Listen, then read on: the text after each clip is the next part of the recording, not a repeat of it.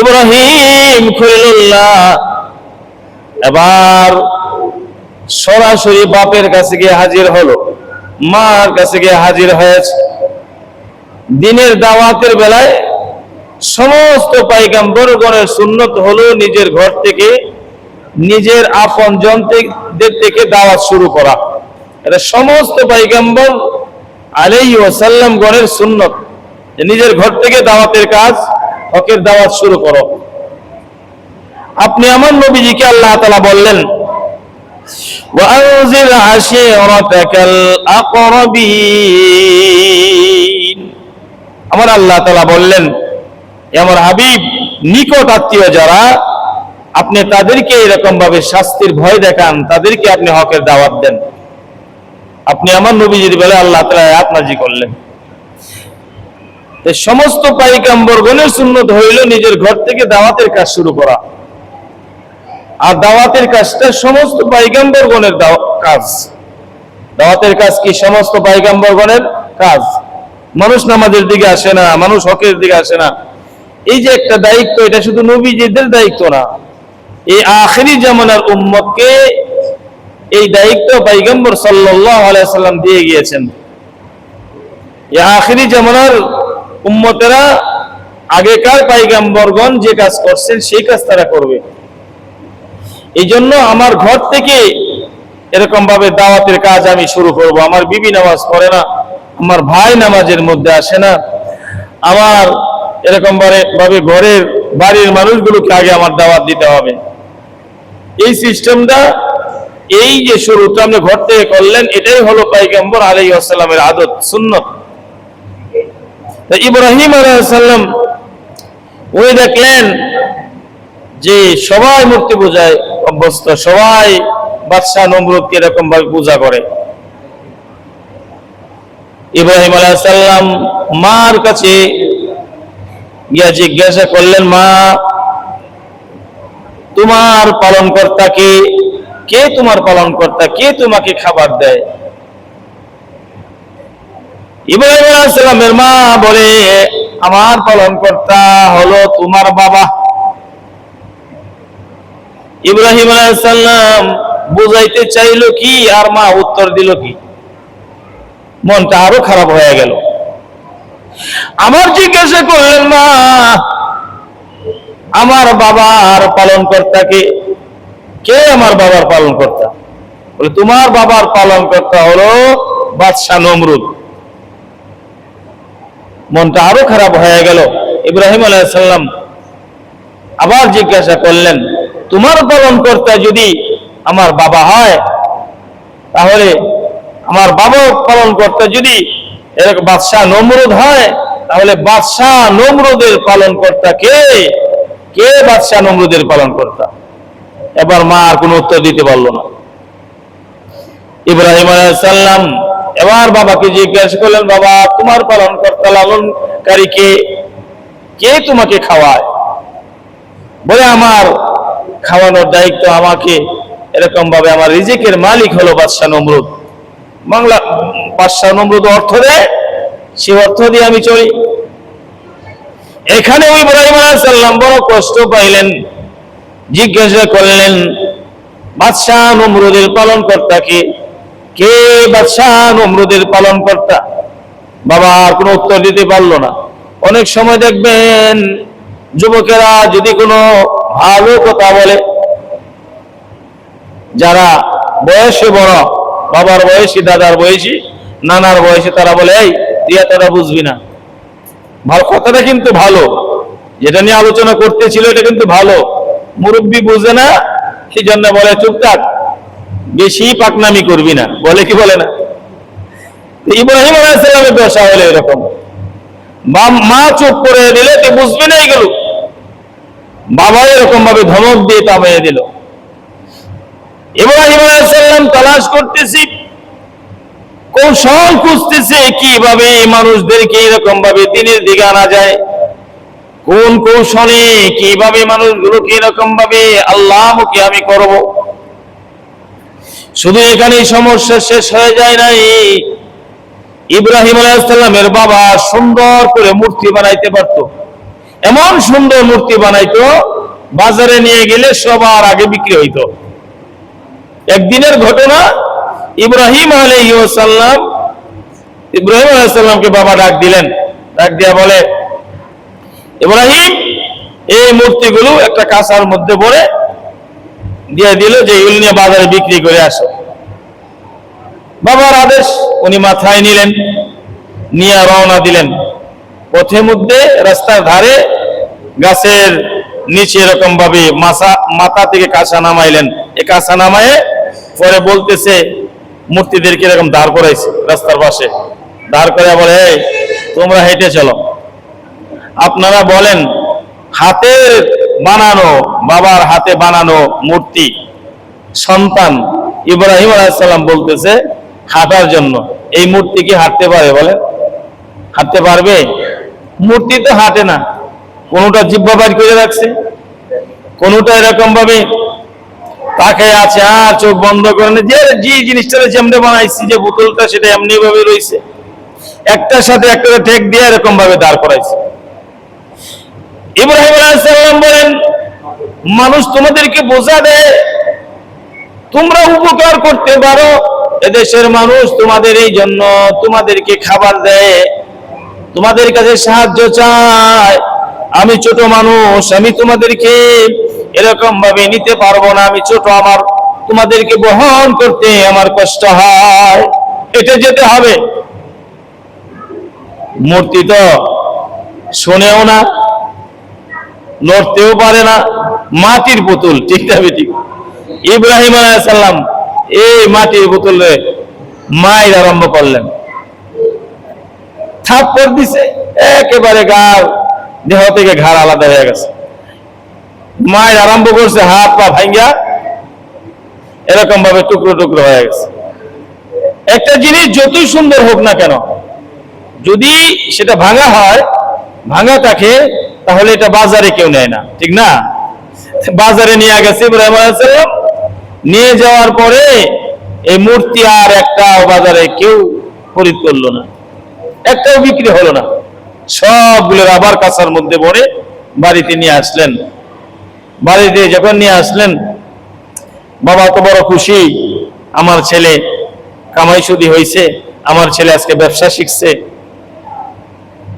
মাটির মূর্তি এগুলো যখন কাঁসার মধ্যে রাখছিল, মাথাগুলো বাইর হয়ে আসছিল, এখন তো ভাঙে গেছে সব, এরকম ভাবে মাটির উড়ার মতো এরকম ভাবে মাটি হয়ে সবগুলো নিচে পড়ে রয়েছে। বাবা দূর থেকে দেখতেছে, ওই যে মাথার মধ্যে যে খাঁচা আছে, খাঁচার মধ্যে কোনো মূর্তি দেখা যায় না। বাবা বড় খুশি হলো, কাছে যখন আসলো, এই খাঁচাটা ধইরা মাথার পাত্রটা নিচে নামাইলো। নামানোর পরে দেখে একটার মাথা নাই, কোনোটার হাত নাই, কোনোটার পা নাই। ইব্রাহিম আলাইহিস সালামের বাবা রাগ হয়ে গেল, এই ইব্রাহিম, এগুলো আমাদের দেবতা, এগুলোর অবস্থা এমন হলো কেন? ছোট্ট ইব্রাহিম আলাইহিস সালাম ডাক দিয়ে বলেন, বাবা, এরা দেবতা বলে দেশের মানুষ জানে, সবাই এদের পূজা করে, এদের তো অনেক শক্তি থাকার কথা। আমি এদেরকে মাথায় করে যখন নিয়ে যেতেছিলাম, আমার বড় কষ্ট হইতেছিল। আমি রাস্তার মধ্যে এদেরকে নামায়া আমি বলছিলাম এদেরকে হাঁটার জন্য, এরা হাঁটে নাই। যখন হাঁটে না, তখন আমি এদেরকে, আমার শরীরের মধ্যে রাগ উঠে গেছে, এই রাগের কারণে এদের উপরে একটু মারধর করছে, এই জন্য এদের হাত পা ভাঙা, এদের মাথা এরকম ভাবে দেহ থেকে আলাদা হয়ে গেছে। ইব্রাহিম আলাইহিস সালামের বাবা ডাক দিয়ে বলে, বলিস কি, এরা তো হাঁটতে পারে না, এরা তো কথা বলতে পারে না। ইব্রাহিম আলাইহিস সালাম সুযোগ পাইলেন, দেখি এখন আমার বাবাকে আল্লাহমুখী করা যায় কিনা। এই নিজের হাতে বানানো এই মূর্তি যে এরকম ভাবে উপকার করতে পারে না, কারোর ক্ষতি করতে পারে না, এটা বোঝানোর কৌশল উনি পেয়ে গেলেন। উনি ডাক দিয়ে বলেন, বাবা, যে জিনিস চলতেই পারে না, নিজেকেই নিজে বাঁচানোর ক্ষমতা নাই, এমন জিনিসের কাছে কেন তোমরা মাথা নত করো, আর কিভাবে তোমরা তার কাছে সাহায্য চাও? নিজেদেরকেই তো বাঁচানোর ক্ষমতা নাই, ঠিক না বেঠিক? ইব্রাহিম আলাইহিস সালাম বাবাকে বোঝানোর চেষ্টা করলো, কিন্তু হেদায়েতের মালিক কে? বলেন, হেদায়েতের মালিক বাবা বুঝতে রাজি হলো না। এবার ইব্রাহিম আলাইহিস সালাম বাবাকে যে কথাটা বলেছিলেন, ইব্রাহিম আলাইহিস সালাম যে কথাটা বললেন, আল্লাহ তাআলা সূরা আনআমের আয়াত আল্লাহ তাআলা বানিয়ে দিয়ে কিয়ামত পর্যন্ত মানুষদেরকে আমার আল্লাহ তাআলা জানিয়ে দিলেন, হক আর বাতিলের মোকাবেলা যখন হবে, যদি আমার বাবাও বাতিল হয়ে যায়, যদি দেশের মানুষগুলো এরকম ভাবে শক্তিশালী গুলো যদি এরকম ভাবে বাতিল রাস্তায় চলে, তাদের সামনে কিভাবে কথা বলতে হবে আমার আল্লাহ তাআলা জাতির পিতা ইব্রাহিম খলিলুল্লাহর মাধ্যমে আল্লাহ তাআলা দুনিয়ার মানুষকে জানিয়ে দিয়েছেন। সুবহানাল্লাহ বলেন। ইব্রাহিম আলাইহিস সালাম হাজারো চেষ্টা করলেন, পারলেন না। এবার ইব্রাহিম আলাইহিস সালাম স্পষ্ট ভাষায় বলতেছেন, ওয়া ইয ক্বালা ইব্রাহিমু লিআবিহি আযারা আতাত্তাখিযু আসনামান আলিহা ইন্নী আরাকা ওয়া কওমাকা ফী দালালিম মুবিন। ইব্রাহিম আলাইহিস সালাম নিজের বাবা আজরকে আমার আল্লাহ এরকম ভাবে ডাক দিয়ে বলতেছেন, ও বাবা, তোমরা কি তোমাকে এবং তোমার সম্প্রদায়কে আমি এরকম ভাবে পথভ্রষ্টতার মধ্যে আমি দেখতেছি। তোমরা যে রাস্তায় হাঁটতেছ এটা বাতিল রাস্তা। তোমরা কি এই মূর্তিকে উপাস্য মনে করো? তুমি নিজেও বাতিল, তোমার যারা অনুসরণ করে, তোমার কওম, তোমার জাতি সবাই এরকম ভাবে গুমরাহির মধ্যে আছে, পথভ্রষ্টতার মধ্যে আছে। বাবাকে বড় শক্ত করে উনি এই কথাটা কেন বললেন? যখন আমার আল্লাহ তাআলার কোন বিধান আমার সামনে আসবে, এই বিধান পালন করতে গিয়া, আমার আল্লাহ তাআলাকে মানতে গিয়া যদি দুনিয়ার কেহ আমার সামনে দাঁড়ায়, তাহলে তাকে মানা যাবে না, তাকে এরকম ভাবে তার কথা শোনা যাবে না, তার সামনে গিয়ে নতশির হওয়া যাবে না। এরকম ভাবে ঈমানী শক্তিতে বলিয়ান হয়ে এরকম ভাবে শক্ত করে কথা বলতে হবে, ঠিক কি না বলুন? আমার আল্লাহ তাআলা জানিয়ে দিলেন, ইব্রাহিম আলাইহিস সালাম বাবাকে বলতেছে, তুমিও পথভ্রষ্ট, তোমার জাতীয় পথভ্রষ্ট। কেন? তোমরা মূর্তি পূজা করো। কি করো? বাবাকে ডাইরেক্ট বলে ফেললো, তোমরা মূর্তি পূজা করো। বুখারী শরীফের মধ্যে আসে, পয়গম্বর বলেন, লা তাআতা লিমাখলুকিন ফি মাসিয়াতিল খালিক। আল্লাহ তাআলা অসন্তুষ্ট হবে এমন কাজ সৃষ্টির, আল্লাহ তাআলার সৃষ্টির অন্য কারো জন্য করা যাবে না। আল্লাহ তাআলা অসন্তুষ্ট হবে এমন কাজটা আমার বাবার জন্য করা হারাম, এমন কাজ আমার মার জন্য করা হারাম, এমন কাজ পৃথিবীর অন্য কেহর জন্য করা হারাম, যে কাজটা করলে আল্লাহ রাগ হবে, আল্লাহ বেজার হবে। তাহলে বাবা মূর্তি পূজা করে, বাবা মূর্তি বানায়, জাতি মূর্তি বানাচ্ছে, এমন অবস্থায় ইব্রাহিম আলাইহিস সালাম তো আল্লাহকেই বলবে, ঠিক না ঠিক? শক্তভাবে উনি বলে ফেললেন, তুমিও পথভ্রষ্ট, তোমার জাতীয় পথভ্রষ্ট। কেননা তোমরা মূর্তি পূজা করো, এক আল্লাহর সামনে মাথা নত না করে নিজের হাতে বানানো মূর্তির কাছে গিয়ে তোমরা মাথা নত করো। তারপরেও হেদায়েত পাইল না, এত করে বুঝাইতে চাইল, কোনো হেদায়েত পাইল না। ইব্রাহিম আলাইহিস সালাম এবার কৌশল খুঁজতেছে জাতিকে কিভাবে আল্লাহমুখী করা যায়। রাত্র ঘনিয়ে আসলো, রাত্র অন্ধকার হলো। অন্ধকার রাত্রে আকাশের দিকে তাকিয়ে ইব্রাহিম আলাইহিস সালাম দেখতেছে আকাশের মধ্যে তারকা, তারকা ঝলমল করতেছে। ইব্রাহিম আলাইহিস সালাম ফালাম্মা জান্না আলাইহিল লাইলু রাআ কাওকাবা, কাওকাবা মানে তারকা, কাওকাবা ক্বালা হাযা রাব্বি। ওই যুগের মানুষ তারকার পূজা করত। ইব্রাহিম আলাইহিস সালাম বললেন, এই তারকাকে, ও জাতি সবাই আসো, এই যে দেখা যায় অনেক দূরে কি ঝলমল করতেছে, কত সুন্দর দেখা যায়, হাজা রব্বি, উনি বললেন এটা আমার রব, তোমরা ধরে নাও এটা আমার রব। ধরে নেওয়ার পর্যায়ে উনি বললেন জাতিকে বোঝানোর জন্য। এবার রাত্র যখন শেষ হয়ে গেল, ফালাম্মা আফালা ক্বালা লা উহিব্বুল আফিলিন।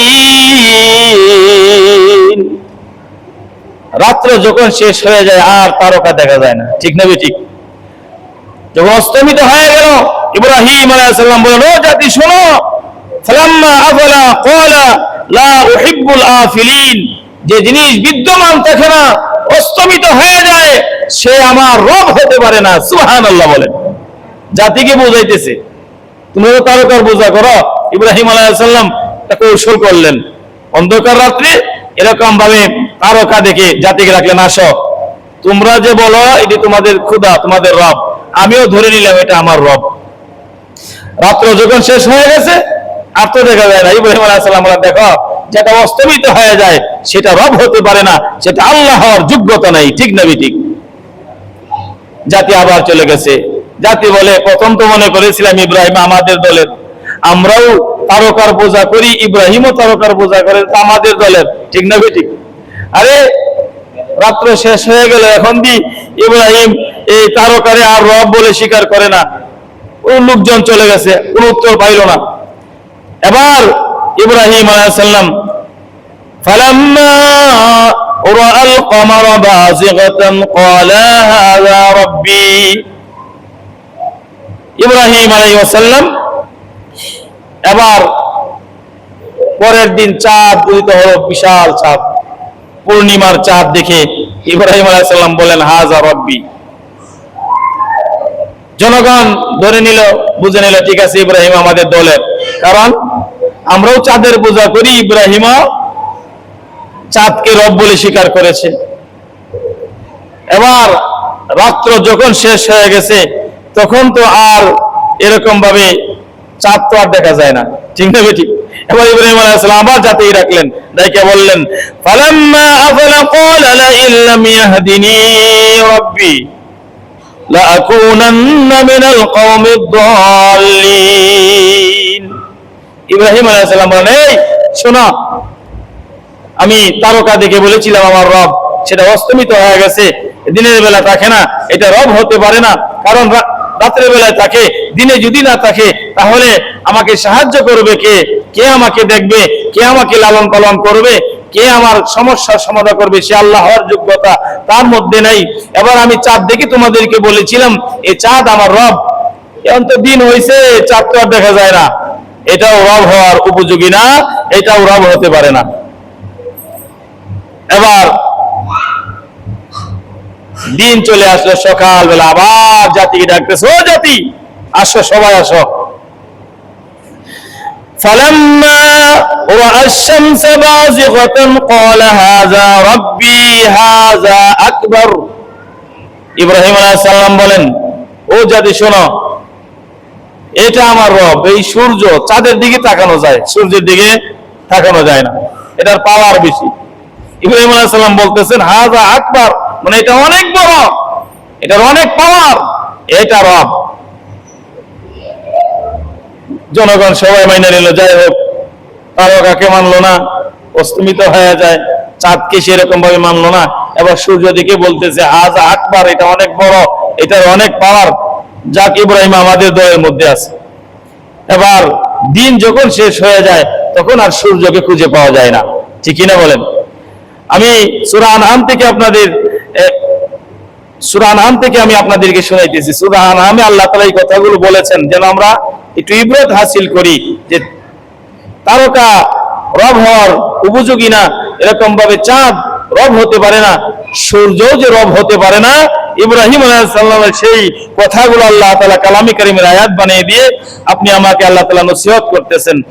এবার সূর্যকে দেখে উনি বলেছিলেন হাযা আকবার, এটার অনেক পাওয়ার, এটা রব। মানুষগুলো চলে গেছে, ঠিক আছে ইব্রাহিম আমাদের দলে আছে। সূর্য যখন অস্তমিত হলো, সন্ধ্যা হলো, এবার ইব্রাহিম আলাইহিস সালাম বলতেছেন, ফালাম্মা আফালান ক্বালা ইয়া কওমি ইন্নী বারিউম মিম্মা তুশরিকুন। ইব্রাহিম আলাইহিস সালাম বলেন, হে কওম, হে জাতি, শোনো, দিনের বেলায় দেখেছিলাম যে সূর্য, রাতের বেলায় তো সেই সূর্য দেখি না। দিনের বেলায় থাকে, রাত্রের বেলায় থাকে না, সে রব হতে পারে না। রব তো তিনি, যিনি শুরুতেও থাকবে, শেষেও থাকবে, দিনেও থাকবে, রাত্রেও থাকবে। আমাদের রব তো এমন,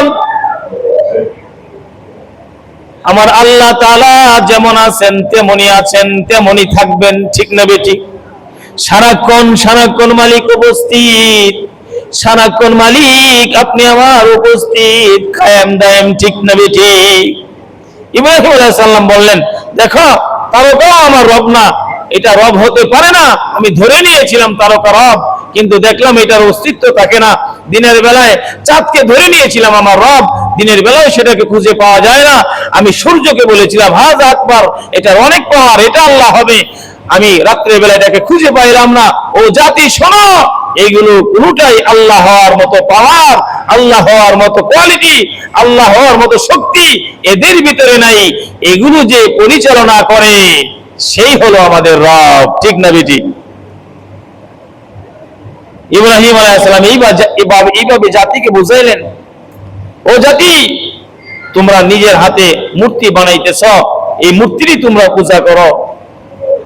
আমি মূর্তি ভেঙে পর্যন্ত তোমাদেরকে বোঝানোর চেষ্টা করলাম, তোমরা বুঝতে চেষ্টা করলে না। নিজের বাবার কথা আল্লাহ তাআলা এই কালামে কারিমে এখানে দুইটা ব্যাখ্যা আছে। ওয়াইদ ক্বালা ইব্রাহিমু লিআবিহি আযার, আযার হলো ইব্রাহিম আলাইহিস সালামের বাবার উপাধি, আর ইব্রাহিম আলাইহিস সালামের বাবার নাম ছিল তারেক, একটা উপাধি থাকে না।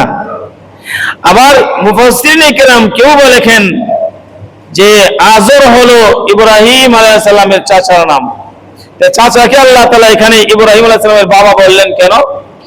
যুবক ভাইরা, আমাদের ভালো করে বোঝার চেষ্টা করতে হবে। আমাদের নবীজিও বলেছেন চাচা বাপের মতন। চাচা কার মতন? বাপের মতো। খালা সম্পর্কে নবীজি বলেন খালা হলো মায়ের মতো, সুবহানাল্লাহ বলেন। চাচা যেহেতু বাবার মতন, এই জন্য আল্লাহ তাআলা ইব্রাহিম লিআবিহি আযার বলেছেন। যদি বাবা হয় তাহলে আযার ঠিক আছে, চাচা হলেও এটা ঠিক আছে।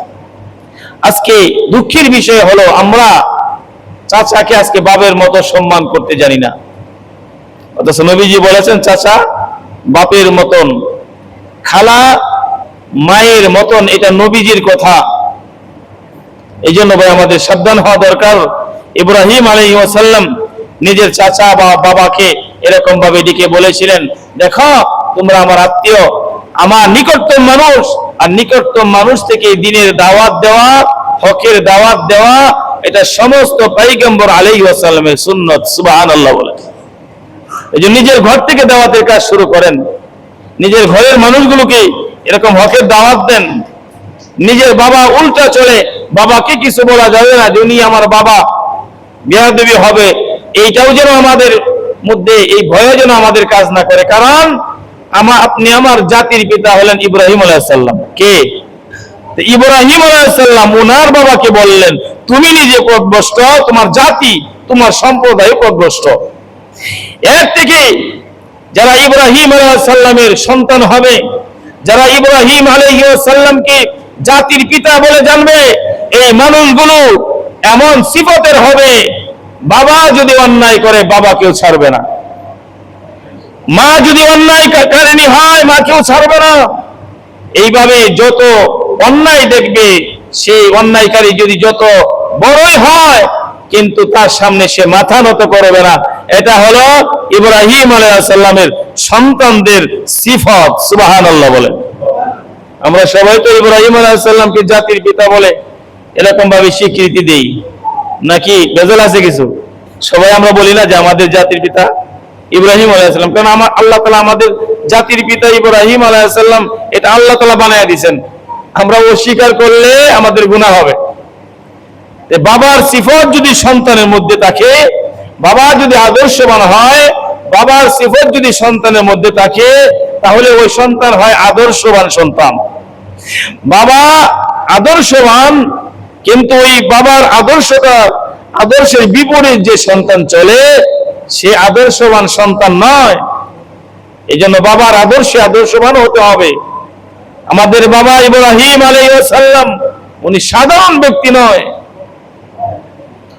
আল্লাহ তাআলা বলেন ইব্রাহিম আলাইহিস সালামের ধর্মের উপর আমাদেরকে কায়েম থাকার জন্য আল্লাহ কত বড়, উনি আমাদের কত বড় আদর্শওয়ালা বাবা, ঠিক না ঠিক বলে? বন্ধুগণ আমার, গত জুমায় আমি একটা আলোচনা আমি করেছিলাম, বলেছিলাম যে 3 জন নবীজির জন্ম এমন হয়েছে যে জন্মগুলো বড় করুণ। গত জুমায় আমি মুসা আলাইহিস সালামের জিন্দেগির উপর আমি আলোচনা করেছিলাম। বড় করুণ অবস্থায় ওনারা দুনিয়ার জমিনে এসেছেন। ইব্রাহিম আলাইহিস সালামের জিন্দেগির উপর আলোচনা হয়েছিল। ওনাকে ওনার মা ওনার ডেলিভারির সময় এরকম পাহাড়ের গুহায় থাকতে হয়েছে। 7 বছর পর বাইর হয়ে উনি যে কথাগুলো বলেছেন, আল্লাহ তাআলা এই কথাগুলো সূরা আনআমের 75 নাম্বার থেকে শুরু করে অনেকগুলো আয়াত সামনে, যেগুলো আমি আপনাদেরকে শুনিয়েছি, এগুলোর মধ্যে ইব্রাহিম আলাইহিস সালাম পাহাড় থেকে বাইর হওয়ার পরে জাতিকে যখন দেখলেন মূর্তি পূজা করে, তারকার পূজা করে, চাঁদের পূজা করে, সূর্যের পূজা করে, তখন উনি এইগুলো বলেছিলেন। এই কথাগুলো আমি আপনাদেরকে শুনিয়েছি। বড় কষ্টের সাথে, বড় ভয়াবহ অবস্থায় ওনারা দুনিয়ার জন্য এসেছেন। আরেকজন হলো হযরত ঈসা আলাইহিস সালাম। কোন নবী? হযরত ঈসা আলাইহিস সালাম, যিনি এখনো জীবিত আছেন, জীবিত অবস্থায় আকাশে আছেন। সুবহানাল্লাহ বলে। হযরত ঈসা আলাইহিস সালামকে আল্লাহ তাআলা বলেন, উনি আদমের সাথে আমার আল্লাহ তাআলা কালামে কারিমে আদমের এরকম ভাবে আদমের মতো আমার আল্লাহ বলেছেন। কারণটা হলো আদম আলাইহিস সালামের বাবা নাই, মাও নাই, ঠিক না? আর ঈসা আলাইহিস সালামের বাবা নাই, তাহলে একরকম ধরে নেওয়া যায় না। দুনিয়ার জমিনে যত সন্তান আসছে, যত সন্তান আসবে, সবাই এই দুনিয়ার জমিনে বাবা মা পাবে। কিন্তু আমার আল্লাহ তাআলা এর বিপরীত করতে পারে। বাবা ছাড়া, মা ছাড়া আমার আল্লাহ তাআলা আদম আলাইহিস সালামকে সৃষ্টি করে আল্লাহ তাআলা দুনিয়ার মানুষের জানাইছেন আমার আল্লাহর ক্ষমতা কত। সুবহানাল্লাহ বলে। আমার আল্লাহ তাআলা এরকম ভাবে বাবা ছাড়া শুধু মার মাধ্যমে সন্তান আমার আল্লাহ তাআলা জন্ম দিতে পারেন, সেটা আল্লাহ তাআলা দেখাইছেন ঈসা আলাইহিস সালামের মাধ্যমে। সুবহানাল্লাহ বলে।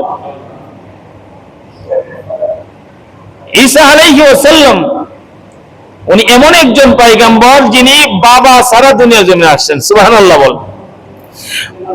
আপনি আমার নবীজির হাদিস, আপনি আমার নবীজি বলেন, আপনি আমার নবীজি হাদিস শরীফের মধ্যে বলেন, শোনো, মহিলাদের মধ্যে ওই যুগে ঈসা আলাইহিস সালামের যুগে শ্রেষ্ঠ মহিলা হলো মারইয়াম আলাইহিস সালাম। নবীজি বলেন আমার যুগে শ্রেষ্ঠ মহিলা হলো খাদিজাতুল কুবরা রাদিয়াল্লাহু আনহু। সুবহানাল্লাহ বলে। নবীজি কি বলেছেন? ঈসা আলাইহিস সালামের যুগে শ্রেষ্ঠ নারী হলো ঈসা আলাইহিস সালামের মা মরিয়ম। নবীজি বলেন, শোনো, আমার যুগে শ্রেষ্ঠ মহিলা হলো আমার বিবি খাদিজাতুল কুবরা রাদিয়াল্লাহু আনহা। সুবহানাল্লাহ বলে। আম্মা জান হলেন শ্রেষ্ঠ। মারইয়াম এই শ্রেষ্ঠত্ব কিভাবে পাইলেন? মারইয়ামের বাবার নাম হলো ইমরান, মার নাম হলো হান্না। মার নাম কি? মার নাম হলো হান্না। সন্তানাদি নাই, মান্নত করছে, নজর মানছে, মান্নত করেছে, আল্লাহ তুমি যদি আমাকে সন্তান দাও তাহলে তোমার রাস্তায় আমি দিয়ে দিব। অনেক আছেন এরকম, আমাদের এই যুগের মধ্যে আছে, আল্লাহ আমাকে একটা ছেলে সন্তান দাও, তোমার রাস্তায় দিয়ে দিব। আল্লাহ আমাকে একটা সন্তান দাও, তোমার রাস্তায় দিব। বুঝতে হবে এখানে একটা ব্যাপার, সেটা হলো তৎকালীন যুগে যদি কেউ মান্নত করতো আল্লাহ রাস্তায় দিবে, তাহলে এটা একেবারে নিয়ে মসজিদে নিয়ে দিয়ে আসতেই তো, এটা আর বাড়িতে আসতে পারবে না। আর এই যুগের মধ্যে কেউ যদি মান্যত করে আল্লাহ রাস্তায় আমার সন্তানকে আমি দিয়ে দিব, আল্লাহ যদি আমাকে সন্তান দেয়, তাহলে মাদ্রাসার লাইনে দিনের লাইনে করাইলেই হয়ে যায়। সুবহানাল্লাহ বলেন। সে বাড়িতে যাইতে পারবে, ঘর সংসার করতে পারবে, বিয়ে শাদী করবে, বাবাকে বাবা মাকে মা বলে রাখবে। আল্লাহ রাস্তা মানে মাদ্রাসার রাস্তা দিয়ে দিলে হয়, মাদ্রাসা শিক্ষা শিখাইলেই হয়ে যায়। ওই সময়ের যুগটা বড় কঠিন ছিল। হান্না মান্যত করলো, মান্যত যেদিন করেছে আল্লাহকে কাকুতি মিনতি করে বলেছে, ওই দিনেই সূরা আলী ইমরানের 35 নম্বর আয়াত, কত নম্বর আয়াত? 35 নম্বর আয়াত। এই 35 নম্বর আয়াতে আল্লাহ তাআলা সেই ঘটনা বলতেছেন, যখন সন্তান পেটের মধ্যে আসছে তখন উনি বলতেছে, আল্লাহ কি বলতেছে, ইন্নী নাযারতু লাকা মা ফি বাতনি মুহাররারান ফাতাকাব্বাল মিন্নী ইন্নাকা আনতাস সামিউল আলীম। এই হান্না উনি যখন গর্ভে যখন সন্তান আসলো পেটের মধ্যে, তিনি বলতেছেন, আমার গর্ভে যা আছে এটা আমি আল্লাহ আপনার নামে আমি উৎসর্গ করব, আপনার নামে আমি উৎসর্গ করে দিলাম। সুবহানাল্লাহ বলেন। পেটের মধ্যে বাচ্চা, ছেলে না মেয়ে, এটা ওই মহিলা হান্নাও জানে না, ঠিক না বেঠিক? বাচ্চা যখন হইল, হওয়ার পরে তখন যুগটা ছিল জাকারিয়া নবীজির যুগ। কোন নবীর যুগ? আর ঘটনা ঘটতেছে বাইতুল মুকদ্দাস। কোথায়? বাইতুল মুকদ্দাসের ঘটনা। এই বাচ্চা নিয়ে মসজিদে গেছে। কোন মসজিদ? যে মসজিদটাকে ইহুদিরা বলে এটা তাদের মসজিদ। যে মসজিদের মধ্যে মারিয়াম ছিল, যে মসজিদের মধ্যে ঈসা আলাইহিস সালামের সূত্রপাত হয়েছে, আজকে তারা বলে সেটা তাদের উপাসনায়, এটা তারা দাবি করে এটা তাদের। আমরা বলি আমাদের ইতিহাস আছে, আমাদের কোরআন বলে এই মসজিদ আমাদের, ঠিক না ঠিক?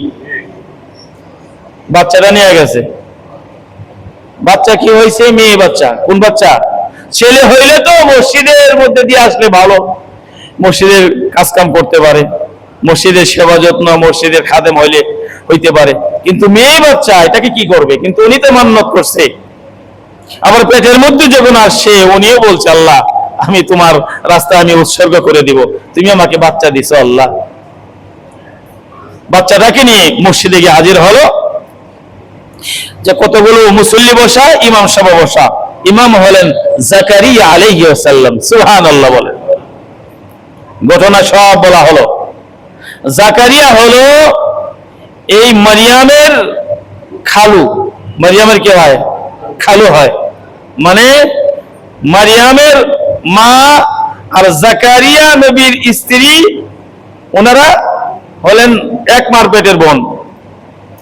তাহলে এটা তো হকদার, খালু তো পালতে পারে না। এরকম ভাবে যখন মসজিদ নিয়ে গেছে, যখন এই ঘটনা বলার পরে যারা মুসল্লি সবাই বলতেছে, সবাই বলে আমাকে দেন, আমি এই মেয়েটা লালন পালন করব। সবাই দাবিদার হলো।